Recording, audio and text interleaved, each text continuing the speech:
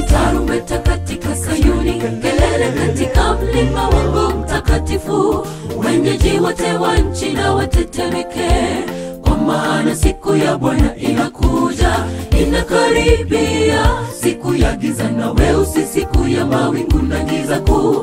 Wako wenye nguvu, mfano wao hautakuwako kamwe, hautakuwako hata katika miaka ya vizazi vingi. Pigeni tarumbeta katika Sayuni, kelele katika mlima wangu mtakatifu. Wenyeji wote wa nchi na watetemeke, kwa maana siku ya Bwana inakuja, inakaribia. Siku ya giza na weusi, siku ya mawingu na giza kuu. Wako wenye nguvu, mfano wao hautakuwako kamwe, hautakuwako hata katika miaka ya vizazi vingi.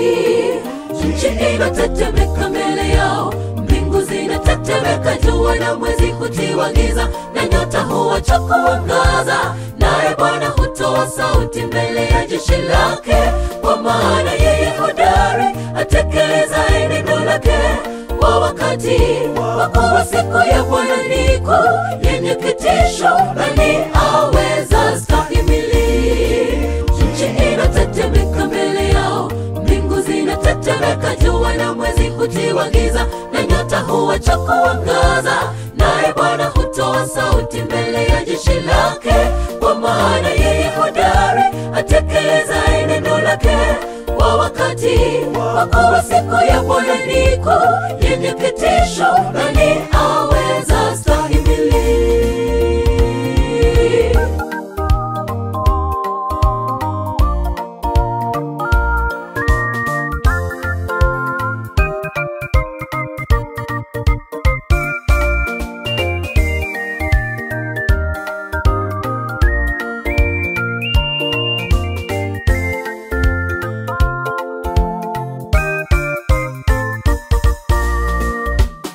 Mbele yao watu wahangaika, nyuso zimegeuka kuwa nyeupe kwa hofu.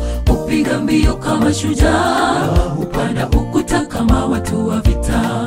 Uendelea mbele kila moja kwa njia zake, wala kwa hayo yote hawapotoshi safu zao. Mbele yao watu wahangaika, nyuso zimegeuka kuwa nyeupe kwa hofu.